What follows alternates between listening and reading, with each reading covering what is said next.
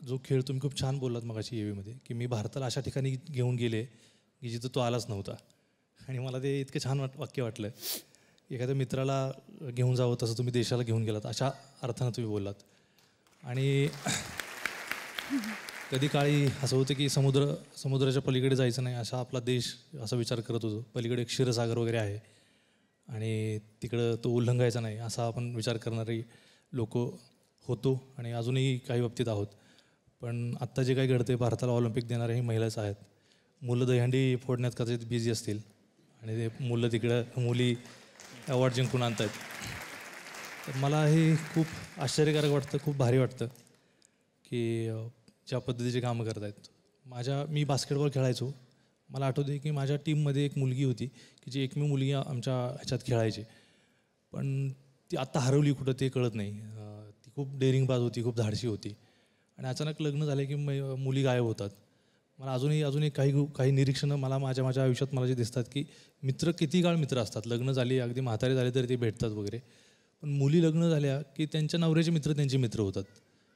सगळ्या बाबतीत हे जे काय इतकं मुलींना मग त्यांच्या पार्ट्यात आणि त्यांना नाही का त्यांना मदत करणं, त्यांना अनेक सगळ्या गोष्टी हे करणं, मला म्हणजे तुमच्या सगळ्यांचं तर खूप कौतुक आहेच, पण मला झी मराठीचं खास करून खूप कौतुक वाटतं आहे की अशा म्हणजे मला माहीत नव्हतं की तुम्ही इतकं मोठं काम करत आहेत. हे माझी चूक आहे आणि माझं अज्ञान आहे की मला तुम्ही माहीत नव्हतात.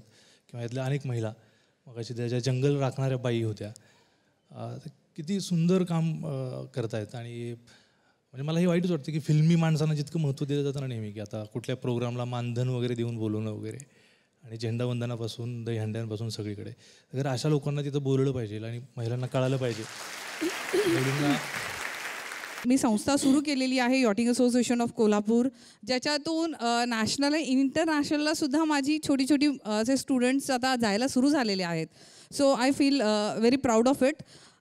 हा जो संस्था आहे ह्याच्याद्वाराच मला ॲक्च्युली ही अपॉर्च्युनिटी जी आहे आपल्या इंडियन्समध्ये, म्हणजे आमचा जो गेम आहे ह्या गेमचा नॅशनल ऑर्गनायझेशन जो आहे नेव्हीकडे आहे आणि सो अनफॉर्च्युनेट की सिव्हिलियनला जास्ती सपोर्ट मिळत नाही आणि खूप असे डिफरंट सिच्युएशन आहेत की आपल्याला ह्या कंट्रीमध्ये बदलायचे आहेत. सो माझा हा एक ध्येय आहे की माझ्याकडून मला ह्या देशामध्ये हा बदल घडवायचा आहे आणि हा जो गेम आहे सिव्हिलियनला सुद्धा खूप चांगल्या प्रकारे मिळायला पाहिजे. म्हणजे जेव्हा मी खेळायला लागले माझ्याकडे बोट नसायची, मी नेव्ही आणि आर्मीकडूनच बॉरो करायची. सगळ्यात उरलेली बोट मिळायची आम्हाला, ज्याच्यामध्ये होल असायचे, भरपूर ठिकाणून पाणी यायचं. कधी कोणत्या विंड कंडिशनमध्ये ती बोट तुटेल, पार्ट्स तुटतील हाही कधीच माहीत नसायचं. पण मला ती बोट चालवायची होती, मला रेस करायची होती आणि मी केली. आणि या कॉम्पिटिशनमध्ये खरं बोलायचं तर डिफेन्सनी खूप डॉमिनेट केलेलं आहे, बिकॉज आर्मी नेव्हीवाल्यांना खूप अपॉर्च्युनिटीज मिळतात, सिव्हिलियनला खूप कमी अपॉर्च्युनिटीज मिळतात. बोट्स नाही आहेत, इन्फ्रास्ट्रक्चर नाही आहे. सेलिंग क्लब्स असं नाव खूप लोकांनी कमी ऐकलं असेल. आता जिमखानाज ओपन झालेले आहेत, भरपूर असे स्पोर्ट्स सेंटर्स ओपन होत आहेत, पण सेलिंग सेंटर्स खूप कमी आहेत सिव्हिल. सो आपल्याला सिव्हिलियनला हा अपॉर्च्युनिटी द्यायचा आहे, हा माझा एक मोठा उद्देश आहे. झी 24 तास रहा एक पाऊल पुढे.